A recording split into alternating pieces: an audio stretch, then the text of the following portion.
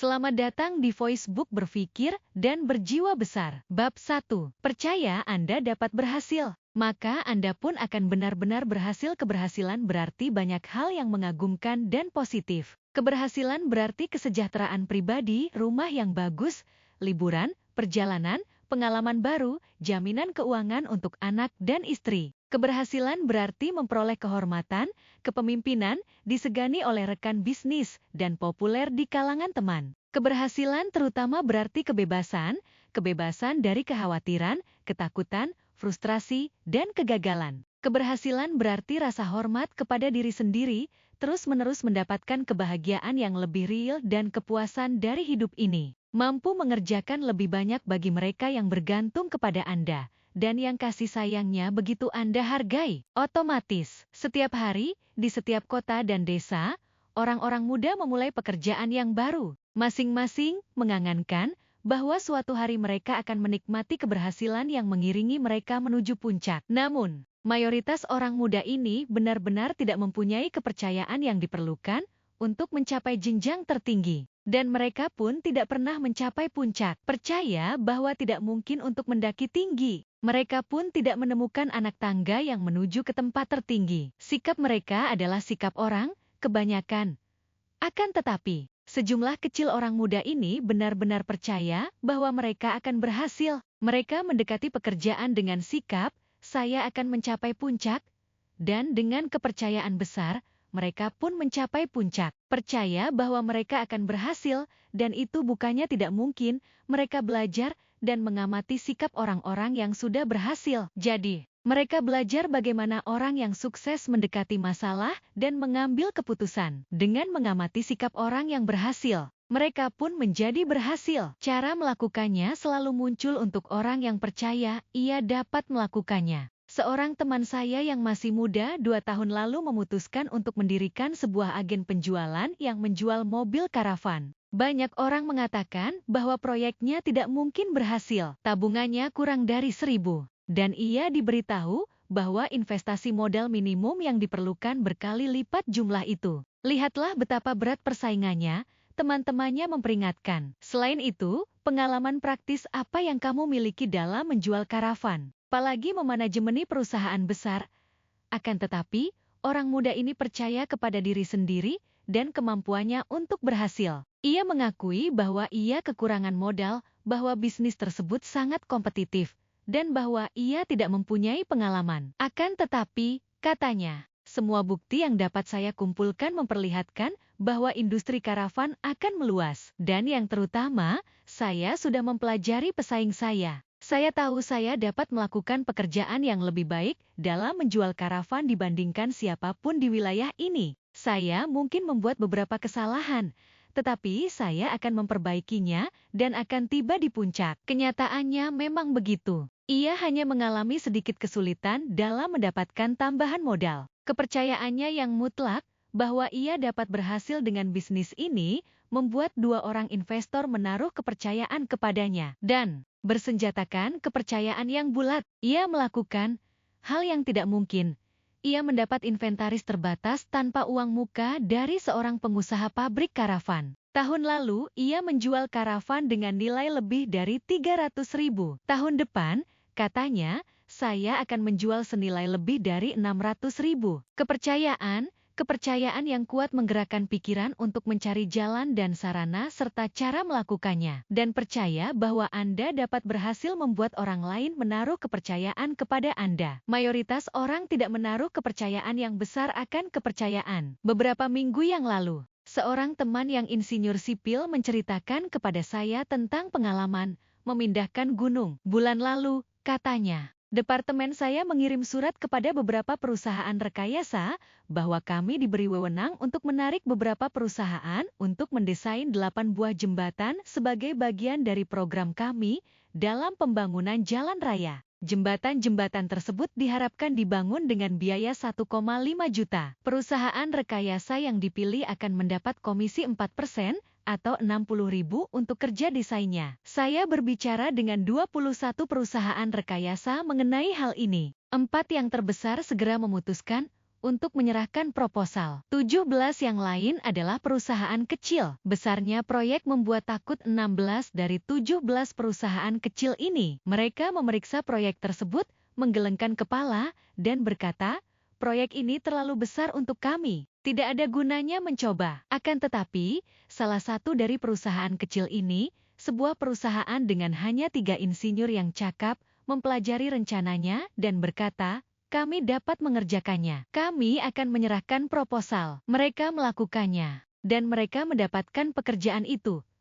Mereka yang percaya bahwa mereka dapat memindahkan gunung benar-benar dapat melakukannya. Mereka yang percaya bahwa mereka tidak dapat benar-benar tidak dapat melakukannya. Kepercayaan menggerakkan kekuatan untuk melaksanakan. Di zaman modern ini, kepercayaan mengerjakan hal-hal yang jauh lebih besar daripada memindahkan gunung. Unsur yang paling esensial, sebenarnya satu-satunya unsur yang esensial di dalam penjelajahan luar angkasa dewasa ini adalah kepercayaan bahwa ruang angkasa dapat dikuasai. Tanpa kepercayaan yang kuat dan tidak tergoyahkan bahwa manusia dapat mengadakan perjalanan ke ruang angkasa, para ilmuwan tidak akan mempunyai keberanian, minat, dan antusiasme untuk maju. Kepercayaan bahwa kanker dapat disembuhkan akhirnya akan menghasilkan obat untuk kanker. Sementara saya menulis buku ini, ada pembicaraan tentang pembangunan sebuah terowongan di bawah terusan Inggris untuk menghubungkan Inggris dengan benua Eropa. Dibangun tidaknya terowongan ini bergantung pada apakah orang-orang yang bertanggung jawab dalam pelaksanaannya percaya bahwa terowongan tersebut dapat dibangun. Kepercayaan akan hasil yang besar adalah kekuatan penggerak,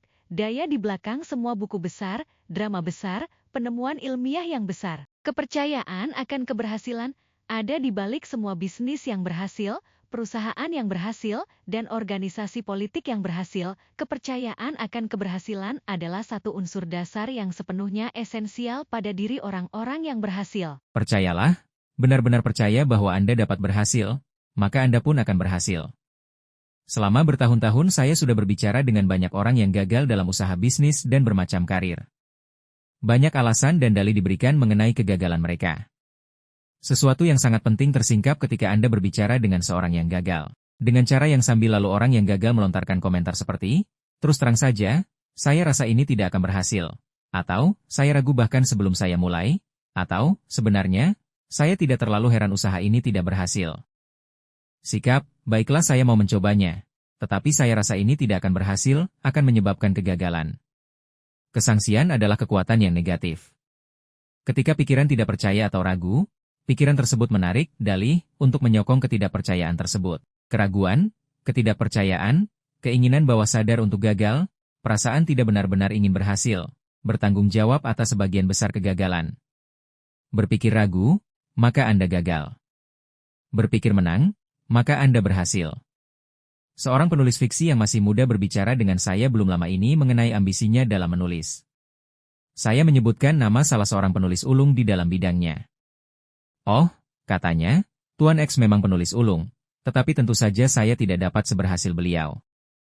Sikapnya membuat saya sangat kecewa karena saya mengenal penulis yang ia sebutkan namanya. Penulis ulung tersebut bukan orang yang super cerdas, super perseptif, atau super apapun kecuali super percaya. Ia percaya bahwa ia adalah salah satu yang terbaik, dan ia pun bertindak dan berkarya sebagai yang terbaik. Memang baik jika kita menghormati pemimpin. Belajar darinya. Mengamatinya. Mempelajari dirinya. Tetapi, jangan memujanya. Percayalah Anda dapat melebihinya. Percayalah Anda dapat menggunggulinya. Siapa yang bertahan pada sikap terbaik nomor 2 pastilah menjadi orang nomor 2. Coba lihat dengan cara ini. Kepercayaan adalah termostat yang mengatur apa yang kita capai di dalam hidup. Pelajari orang yang berjalan dengan kaki terseret dalam keadaan pas-pasan. Ia percaya dirinya kurang berharga sehingga ia pun hanya menerima sedikit. Ia tidak percaya dirinya dapat mengerjakan hal-hal besar, dan ia pun tidak mengerjakan hal-hal besar. Ia percaya dirinya tidak penting, maka segala yang ia kerjakan mempunyai tanda tidak penting. Sementara waktu berlalu, tidak adanya kepercayaan akan diri sendiri ini terlihat dalam cara ia berbicara, berjalan, bertindak. Jika ia tidak menyesuaikan lagi. Percayalah, benar-benar percaya bahwa Anda dapat berhasil, maka Anda pun akan berhasil. Selama bertahun-tahun saya sudah berbicara dengan banyak orang yang gagal dalam usaha bisnis dan bermacam karir. Banyak alasan dan dalih diberikan mengenai kegagalan mereka. Sesuatu yang sangat penting tersingkap ketika Anda berbicara dengan seorang yang gagal. Dengan cara yang sambil lalu orang yang gagal melontarkan komentar seperti, terus terang saja, saya rasa ini tidak akan berhasil. Atau, saya ragu bahkan sebelum saya mulai. Atau, sebenarnya, saya tidak terlalu heran usaha ini tidak berhasil. Sikap, baiklah saya mau mencobanya. Tetapi saya rasa ini tidak akan berhasil, akan menyebabkan kegagalan. Kesangsian adalah kekuatan yang negatif. Ketika pikiran tidak percaya atau ragu, pikiran tersebut menarik dalih untuk menyokong ketidakpercayaan tersebut. Keraguan, ketidakpercayaan, keinginan bawah sadar untuk gagal, perasaan tidak benar-benar ingin berhasil, bertanggung jawab atas sebagian besar kegagalan. Berpikir ragu, maka Anda gagal. Berpikir menang, maka Anda berhasil. Seorang penulis fiksi yang masih muda berbicara dengan saya belum lama ini mengenai ambisinya dalam menulis. Saya menyebutkan nama salah seorang penulis ulung di dalam bidangnya. Oh, katanya, Tuan X memang penulis ulung, tetapi tentu saja saya tidak dapat seberhasil beliau. Sikapnya membuat saya sangat kecewa karena saya mengenal penulis yang ia sebutkan namanya. Penulis ulung tersebut bukan orang yang super cerdas, super perseptif, atau super apapun kecuali super percaya. Ia percaya bahwa ia adalah salah satu yang terbaik, dan ia pun bertindak dan berkarya sebagai yang terbaik. Memang baik jika kita menghormati pemimpin. Belajar darinya. Mengamatinya. Mempelajari dirinya. Tetapi, jangan memujanya. Percayalah Anda dapat melebihinya. Percayalah Anda dapat menggunggulinya. Siapa yang bertahan pada sikap terbaik nomor 2 pastilah menjadi orang nomor 2. Coba lihat dengan cara ini. Kepercayaan adalah termostat yang mengatur apa yang kita capai di dalam hidup. Pelajari orang yang berjalan dengan kaki terseret dalam keadaan pas-pasan. Ia percaya dirinya kurang berharga sehingga ia pun hanya menerima sedikit. Ia tidak percaya dirinya dapat mengerjakan hal-hal besar, dan ia pun tidak mengerjakan hal-hal besar. Ia percaya dirinya tidak penting, maka segala yang ia kerjakan mempunyai tanda tidak penting. Sementara waktu berlalu, tidak adanya kepercayaan akan diri sendiri ini terlihat dalam cara ia berbicara, berjalan, bertindak. Jika ia tidak menyesuaikan lagi. Semuanya terjadi, lanjutnya, ketika, menurut ungkapan yang Anda gunakan tadi, saya memanfaatkan kekuatan kepercayaan.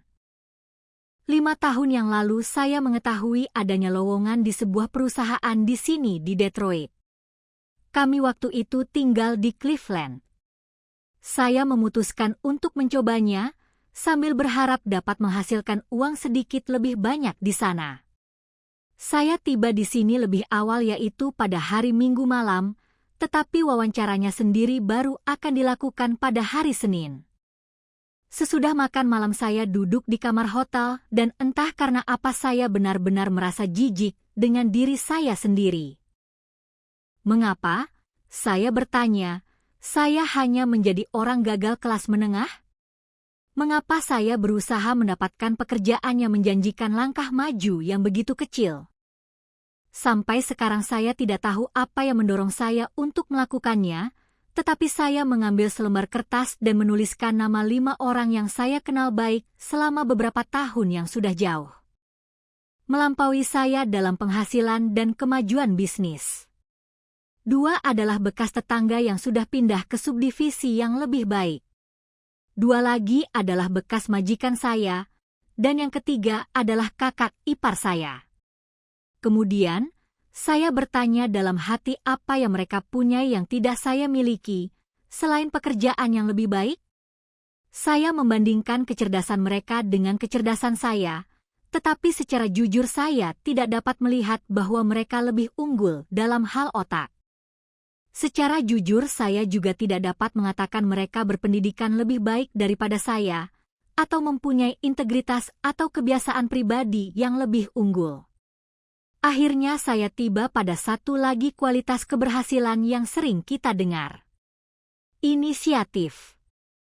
Di sini saya harus mengakui bahwa rekor saya jauh di bawah teman-teman saya yang berhasil. Untuk pertama kali saya melihat titik lemah saya. Saya menemukan bahwa saya memang suka menahan diri. Saya menggali ke dalam diri saya semakin dalam dan lebih dalam lagi, dan menemukan alasan mengapa saya kurang memiliki inisiatif adalah karena saya tidak percaya bahwa diri saya sangat berharga. Saya duduk di sana sepanjang malam meninjau kembali bagaimana kurangnya kepercayaan akan diri sendiri telah mendominasi saya selama ini. Bagaimana saya menggunakan pikiran saya bekerja melawan diri saya sendiri. Saya mendapatkan diri saya mengkhotbahi diri sendiri, mengapa saya tidak dapat maju bukannya. Mengapa saya dapat maju? Saya melihat rentetan sikap menurunkan nilai diri sendiri ini tampak dalam semua yang saya kerjakan. Kemudian, kesadaran saya timbul bahwa tak seorang pun akan percaya kepada saya sebelum saya percaya kepada diri saya sendiri. Sejak saat itu saya memutuskan, saya tidak mau lagi merasa sebagai orang kelas 2. Sejak sekarang dan seterusnya, saya tidak akan meremehkan diri sendiri. Keesokan paginya saya masih memiliki kepercayaan itu. Selama wawancara saya menguji untuk pertama kalinya kepercayaan yang baru saya dapatkan. Sebelum wawancara saya berharap memiliki keberanian untuk meminta $1.000 atau mungkin bahkan $1.500 lebih banyak daripada yang saya peroleh dari pekerjaan saya yang sekarang. Akan tetapi sekarang, sesudah saya menyadari bahwa saya adalah orang yang berharga, saya menaikkannya menjadi $5.000. Dan saya mendapatkannya. Saya menjual kualitas saya karena sesudah satu malam yang panjang dengan melakukan analisis diri saya menemukan hal-hal di dalam diri saya yang membuat saya jauh lebih mungkin laku. Dalam 2 tahun sesudah saya melakukan pekerjaan itu, saya menegakkan reputasi sebagai orang yang cakap dan mampu berbisnis. Kemudian kami mengalami kemerosotan besar dalam bisnis. Ini malah membuat saya lebih berharga karena saya adalah salah seorang yang terbaik dalam mendatangkan keuntung. Bagi perusahaan diorganisasi ulang, dan saya diberi saham dalam jumlah besar ditambah kenaikan gaji yang besar. Jelaslah, dengan percaya kepada diri sendiri maka segala hal yang baik pasti mulai terjadi. Otak Anda adalah pabrik pikiran. Pabrik yang juga sibuk menghasilkan pikiran yang tak terhitung setiap jam. Produksi di dalam pabrik pikiran Anda berada di bawah pengawasan 2 mandor, salah satunya kita sebut saja Tuan Kemenangan, dan yang satu lagi, Tuan Kekalahan.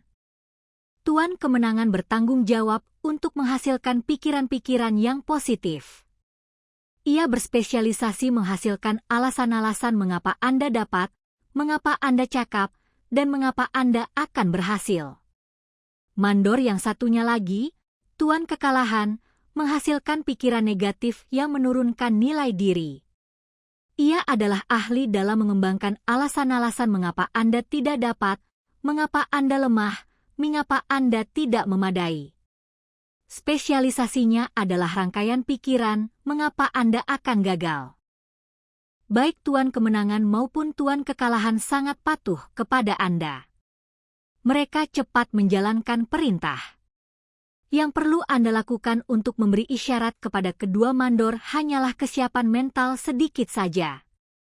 Jika isyaratnya positif, Tuan Kemenangan akan melangkah maju dan segera bekerja. Begitu pula, isyarat negatif membuat Tuan Kekalahan melangkah maju. Untuk melihat bagaimana kedua mandor ini bekerja untuk Anda, coba contoh ini. Katakan kepada diri sendiri, hari ini benar-benar buruk, ini. Mengisyaratkan Tuan Kekalahan untuk bertindak, dan ia pun menghasilkan sejumlah fakta untuk membuktikan bahwa Anda benar. Ia menyatakan bahwa hari ini terlalu panas atau terlalu dingin, bisnis akan buruk hari ini, penjualan akan turun, orang lain akan gelisah, Anda mungkin jatuh sakit, istri Anda dalam suasana hati yang tidak menyenangkan. Tuan Kekalahan benar-benar efisien. Dalam beberapa saat saja, ia sudah membuktikan bahwa hari ini benar-benar buruk, dan sebelum Anda menyadarinya. Ini benar-benar menjadi hari yang buruk sekali. Akan tetapi, katakan kepada diri sendiri, hari ini hari baik, dan Tuan Kemenangan diisyaratkan untuk maju. ia memberitahu Anda, ini adalah hari yang baik sekali.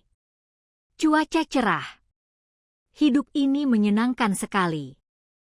Walaupun turun hujan, ia akan mengatakan, betapa segarnya hujan ini. Ini membuat kita senang menjalani hidup ini. Hari ini Anda dapat mengejar sebagian kerja Anda. Dan pastilah hari ini ternyata memang hari yang benar-benar baik. Ini benar-benar menjadi hari yang buruk sekali. Akan tetapi, katakan kepada diri sendiri, hari ini hari baik, dan tuan kemenangan diisyaratkan untuk maju. Ia memberitahu Anda, ini adalah hari yang baik sekali. Cuaca cerah. Hidup ini menyenangkan sekali. Walaupun turun hujan, ia akan mengatakan, betapa segarnya hujan ini. Ini membuat kita senang menjalani hidup ini. Hari ini Anda dapat mengejar sebagian kerja Anda. Dan pastilah hari ini ternyata memang hari yang benar-benar baik. Dengan cara yang serupa, tuan kekalahan dapat memperlihatkan kepada Anda mengapa Anda tidak dapat berhasil. Tuan kemenangan akan memperlihatkan kepada Anda bahwa Anda dapat. Tuan kekalahan akan meyakinkan Anda bahwa Anda akan gagal, sementara tuan kemenangan akan memperlihatkan mengapa Anda akan berhasil. Sekarang, semakin banyak pekerjaan yang Anda berikan kepada salah satu dari kedua orang mandor ini, semakin kuat ia jadinya. Jika tuan kekalahan diberi banyak pekerjaan, ia mengambil tempat lebih banyak di dalam otak Anda. Akhirnya, ia akan mengambil alih seluruh divisi pembuat pikiran, dan hampir semua pikiran akan menjadi bersifat negatif. Satu-satunya tindakan yang bijaksana adalah memecat tuan kekalahan. Anda tidak membutuhkannya. Anda tidak menginginkan dia berada di dekat Anda sambil mengatakan kepada Anda bahwa Anda tidak dapat, bahwa Anda tidak dapat mengerjakannya, bahwa Anda akan gagal, dan seterusnya. Tuan kekalahan tidak akan membantu Anda tiba di tempat yang Anda tuju, maka pecat saja dia. Gunakan tuan kemenangan 100% selalu. Ketika ada pikiran memasuki benak Anda, minta tuan kemenangan agar bekerja untuk Anda. Ia akan memperlihatkan bagaimana Anda dapat berhasil. Jangan percaya kepada si pesimis yang takut akan abad atom. Katakan kepadanya bahwa ini adalah waktu yang paling menyenangkan untuk menjalani hidup. Katakan kepadanya tentang industri baru, terobosan ilmiah baru. Pasar yang semakin luas, semua berarti peluang. Ini adalah berita baik. Sesungguhnya, semua isyarat menunjuk ke arah permintaan akan orang-orang tingkat tertinggi di dalam setiap bidang, orang-orang yang mempunyai kemampuan superior untuk mempengaruhi orang lain, untuk mengarahkan kerja mereka, untuk melayani mereka dalam kapasitas kepemimpinan. Dan orang-orang yang akan mengisi posisi pemimpin ini adalah semua orang dewasa atau yang menjelang dewasa sekarang ini. Salah seorang dari mereka adalah Anda. Jaminan adanya, boom, tentu saja bukanlah jaminan akan keberhasilan pribadi. Selama beberapa dasawarsa, Amerika Serikat selalu mengalami boom.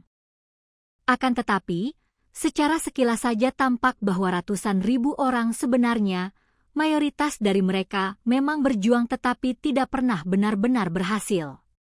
Kebanyakan tetap biasa-biasa saja walaupun peluang semakin banyak. Salah seorang dari mereka adalah Anda. Jaminan adanya, boom, tentu saja bukanlah jaminan akan keberhasilan pribadi. Selama beberapa dasawarsa, Amerika Serikat selalu mengalami boom. Akan tetapi, secara sekilas saja tampak bahwa ratusan ribu orang sebenarnya, mayoritas dari mereka memang berjuang tetapi tidak pernah benar-benar berhasil. Kebanyakan tetap biasa-biasa saja walaupun peluang semakin banyak. Selama 2 dasawarsa terakhir. Dan di dalam periode boom yang mendatang, kebanyakan orang akan terus khawatir, takut, merangkak menjalani kehidupan dengan merasa diri tidak penting, tidak dihargai, tidak mampu mengerjakan apa yang mereka ingin kerjakan. Akibatnya, prestasi mereka hanya akan menghasilkan ganjaran yang kecil, kebahagiaan yang kecil. Mereka yang mengubah peluang menjadi penghasilan, dan saya secara tulus percaya Anda adalah salah seorang dari mereka, karena kalau tidak maka Anda tidak akan mau repot-repot membaca buku ini, adalah orang bijaksana yang belajar bagaimana berpikir sendiri untuk berhasil. Masuklah. Pintu menuju keberhasilan terbuka lebih lebar daripada yang pernah terjadi sebelumnya. Catatlah bahwa Anda akan bergabung dengan kelompok pilihan yang akan mendapatkan yang diinginkan dalam hidup ini. Inilah langkah pertama menuju keberhasilan. Inilah langkah dasar. Langkah ini tidak dapat dihindari. Langkah 1. Percayalah kepada diri sendiri. Percayalah Anda dapat berhasil. Bagaimana mengembangkan kekuatan kepercayaan berikut ini adalah 3 pedoman untuk mendapatkan dan mengokohkan kekuatan kepercayaan. 1. Berpikir sukses, jangan berpikir gagal. Di tempat kerja dan di rumah, gantilah berpikir gagal dengan berpikir sukses. Sewaktu menghadapi situasi yang sulit, berpikirlah, saya akan menang, bukan saya akan kalah. Ketika Anda bersaing dengan orang lain, berpikirlah, saya sama dengan yang terbaik, bukan saya tidak masuk hitung. Jika peluang muncul, berpikirlah, saya dapat melakukannya. Jangan pernah berpikir, saya tidak dapat. Biarkan pikiran utama, saya akan berhasil, mendominasi proses berpikir Anda. Berpikir sukses mengkondisikan pikiran Anda untuk rencana yang menghasilkan keberhasilan. Berpikir gagal mengerjakan yang persis berlawanan. Berpikir gagal mengkondisikan pikiran memikirkan pikiran-pikiran lain yang menghasilkan kegagalan. 1. Ingatkan diri Anda secara teratur bahwa Anda lebih baik daripada yang Anda kira. Orang yang sukses bukanlah orang yang super. Sukses tidak mensyaratkan super intelek. Juga tidak ada yang mistis mengenai sukses. Sukses tidak didasarkan pada nasib. Orang yang sukses hanyalah orang biasa yang telah mengembangkan kepercayaan kepada diri sendiri dan apa yang mereka kerjakan. Jangan pernah mengakui keraguan Anda atau mengesankan kepada orang lain bahwa Anda bukan orang kelas 1. 2. Percaya besar. Besar kecilnya keberhasilan Anda ditentukan oleh besar kecilnya kepercayaan Anda. Pikirkanlah tujuan-tujuan yang kecil, maka harapkanlah hasil-hasil yang kecil pula. Pikirkanlah tujuan-tujuan yang besar dan dapatkan keberhasilan besar. Ingat ini pula.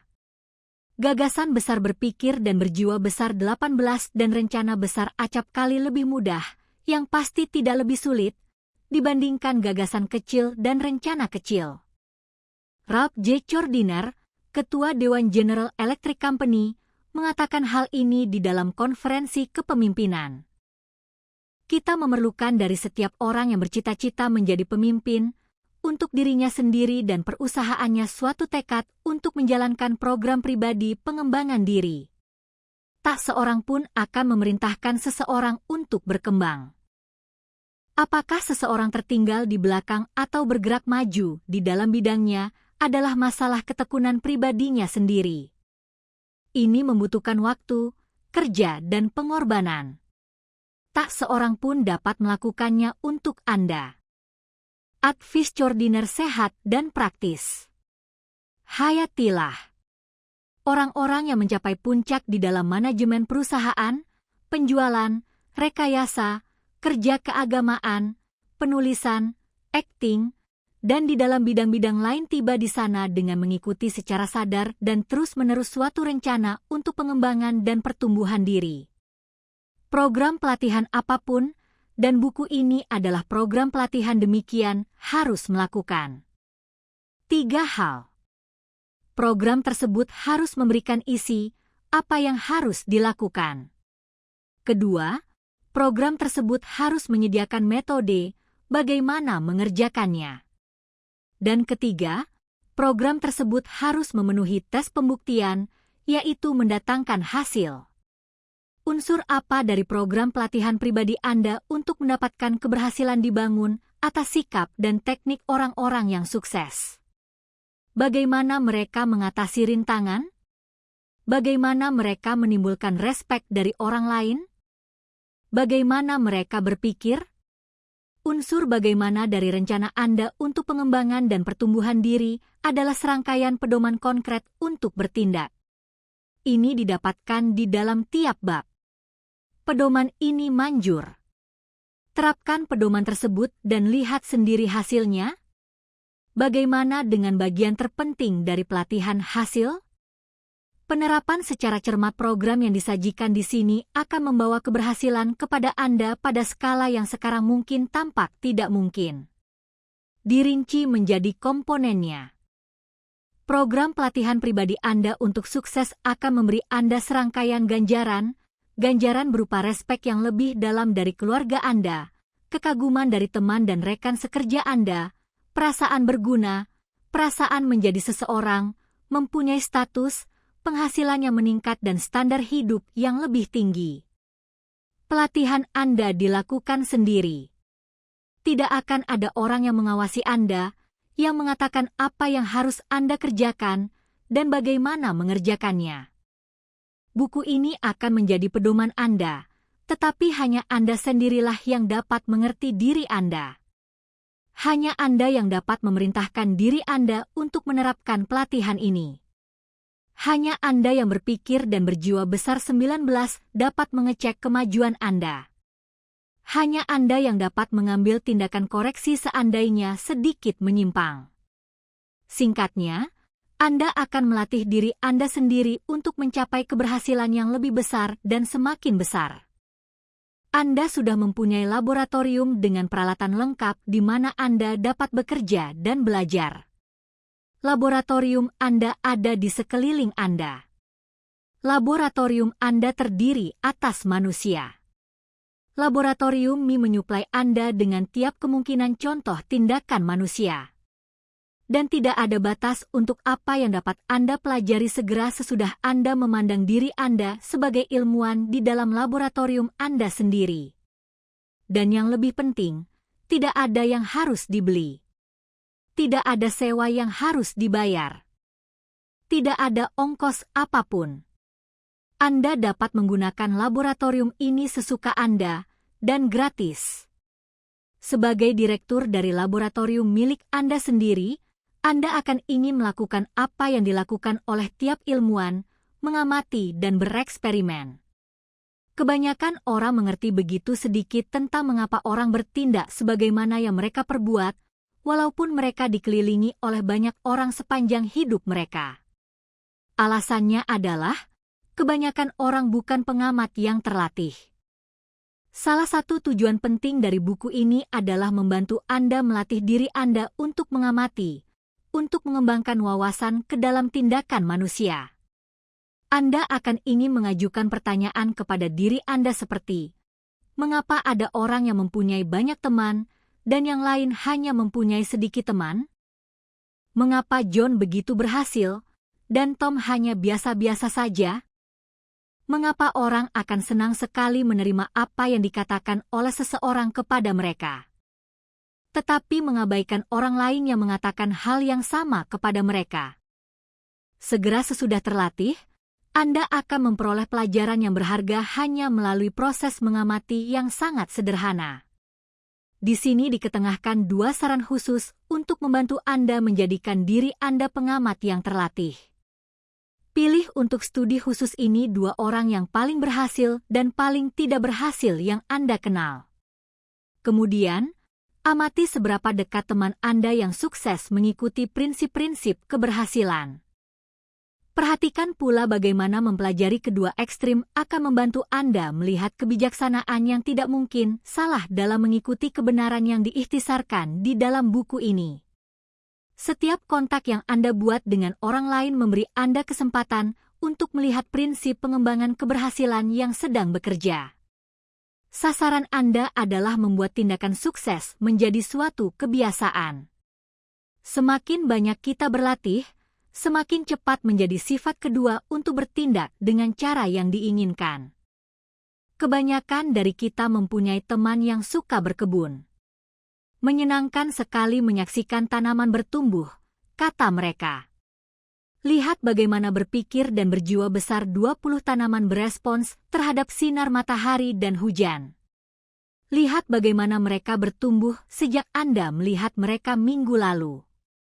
Yang pasti, mengasyikkan sekali menyaksikan apa yang terjadi ketika manusia bekerja sama dengan alam secara seksama. Akan tetapi, ini tidak ada 1/10 mengasyikannya dibandingkan menyaksikan diri Anda berespons terhadap program manajemen pikiran yang dilaksanakan secara cermat. Menyenangkan sekali untuk merasakan diri Anda bertumbuh semakin percaya diri, semakin efektif, semakin berhasil hari demi hari, bulan demi bulan. Tidak ada, sama sekali tidak ada, di dalam hidup ini yang memberi Anda kepuasan lebih besar dibandingkan mengetahui bahwa Anda berada pada jalan menuju sukses dan pencapaian. Dan tidak ada yang berdiri sebagai tanda tangan yang lebih besar daripada memanfaatkan diri Anda sepenuhnya. Di bawah ini adalah 3 gagasan yang akan membantu Anda mendapatkan manfaat maksimum dari buku ini. 1. Baca seluruh buku sesegera mungkin. Akan tetapi, jangan membacanya dengan terlalu cepat.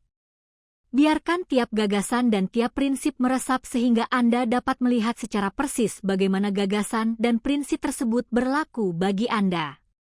2. Berikutnya, habiskan 1 minggu untuk mempelajari, benar-benar mempelajari, tiap bab. Rencana yang bagus sekali adalah menuliskan di atas sepotong kartu kecil prinsip yang diringkas pada akhir tiap bab. Tiap pagi selama seminggu katakan kepada diri Anda sendiri, hari ini saya akan menerapkan prinsip-prinsip ini. Kemudian, baca ulang. Bawa kartu tersebut bersama Anda. Sepanjang hari bersangkutan baca kartu tersebut beberapa kali. Tiap malam tinjau seberapa baik Anda sudah berhasil dalam menerapkan tiap prinsip. Buat resolusi untuk bekerja lebih baik lagi besok. 3. Sesudah Anda menghabiskan waktu seminggu dengan tiap bab, baca ulang buku tersebut sedikitnya 1 kali sebulan selama setahun.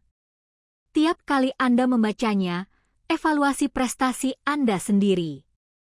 Siaplah selalu untuk membuat perbaikan lebih jauh dalam diri Anda. Dan berjanjilah untuk melatih diri Anda sesuai jadwal, suatu jadwal yang pasti. Kebanyakan orang merasa terganggu secara fisik jika mereka melewatkan waktu makan atau menukar aktivitas siang mereka dengan aktivitas malam. Luangkan sejumlah waktu yang pasti tiap hari untuk melatih diri Anda dalam prinsip-prinsip keberhasilan. Sekian dulu kami bacakan buku Berpikir dan Berjiwa Besar dalam program Voice Book dari kami. Jangan lupa subscribe, like dan share ke teman-teman Anda. Sampai jumpa pada bab selanjutnya.